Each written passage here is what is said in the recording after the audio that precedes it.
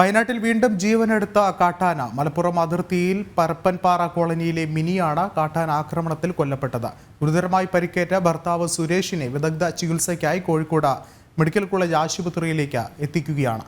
കൂടുതൽ വിവരങ്ങളുമായി ഗോകുൽ ചേരുന്നുണ്ട്. ഗോകുൽ, നിലവിൽ മെഡിക്കൽ കോളേജ് ആശുപത്രിയിലേക്ക് എത്തിക്കുന്നുണ്ടോ?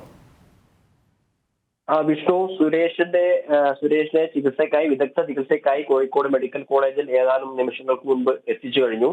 ഇന്നലെ വൈകിട്ടോട് കൂടിയിട്ടായിരുന്നു വയനാട് പരപ്പൻപാറ കോളനിക്ക് സമീപത്ത് വെച്ച് സുരേഷിനും ഭാര്യ മിനിക്കും നേരെ കാട്ടാനയുടെ ആക്രമണം ഉണ്ടായത്. കാട്ടാനയുടെ ആക്രമണത്തിൽ മിനി മരണപ്പെടുകയായിരുന്നു. സുൽത്താൻ ബത്തേരി കല്ലൂരിൽ നിന്നും വിദ്യാർത്ഥികളെ കൂട്ടി സുരേഷും മിനിയും പരപ്പൻപാറയിലേക്ക് പോകുമ്പോഴായിരുന്നു ആക്രമണം ഉണ്ടായത്. 4ലും 3ലും 4ാം ക്ലാസ്സിലും 3ാം ക്ലാസ്സിലും പഠിക്കുന്ന കുട്ടികൾ ഓടി രക്ഷപ്പെടുകയായിരുന്നു.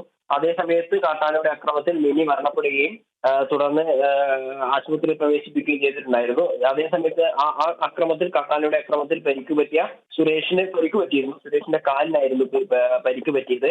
പരിക്ക് പറ്റിയ സുരേഷിനെ നിലമ്പൂർ ജില്ലാ ആശുപത്രിയിൽ എത്തിച്ച് പ്രാഥമിക ചികിത്സ നൽകിയിരുന്നെങ്കിലും വിദഗ്ധ ചികിത്സയ്ക്കായി ഡോക്ടർ ശുപാർശ ചെയ്യുകയായിരുന്നു.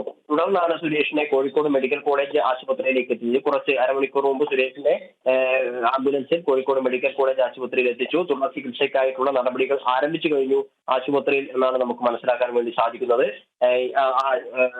സുരേഷിന്റെ ആരോഗ്യ വിവരങ്ങൾ സംബന്ധിച്ചുള്ള വിവരങ്ങൾ ഇവിടുത്തെ പ്രാഥമിക ശുശ്രൂഷ കഴിഞ്ഞതിന് ശേഷം മാത്രമേ അറിയാൻ വേണ്ടി സാധിക്കുകയുള്ളൂ. വിശ്വാസം വ്യക്തമാണ്. വയനാട്ടിൽ വീണ്ടും ജീവനെടുത്ത കാട്ടാന. മലപ്പുറം അതിർത്തിയിൽ പരപ്പൻപാറ കോളനിയിലെ മിനിയാണ് കാട്ടാന ആക്രമണത്തിൽ കൊല്ലപ്പെട്ടത്. അതേസമയം ഗുരുതരമായി പരിക്കേറ്റ ഭർത്താവ് സുരേഷിനെ ഇപ്പോൾ വിദഗ്ധ ചികിത്സയ്ക്കായി കോഴിക്കോട് മെഡിക്കൽ കോളേജ് ആശുപത്രിയിലേക്ക് എത്തിച്ചിരിക്കുകയാണ്. ഗോകുലാണ് വിശദമായ റിപ്പോർട്ടുകൾ പങ്കുവച്ചത്.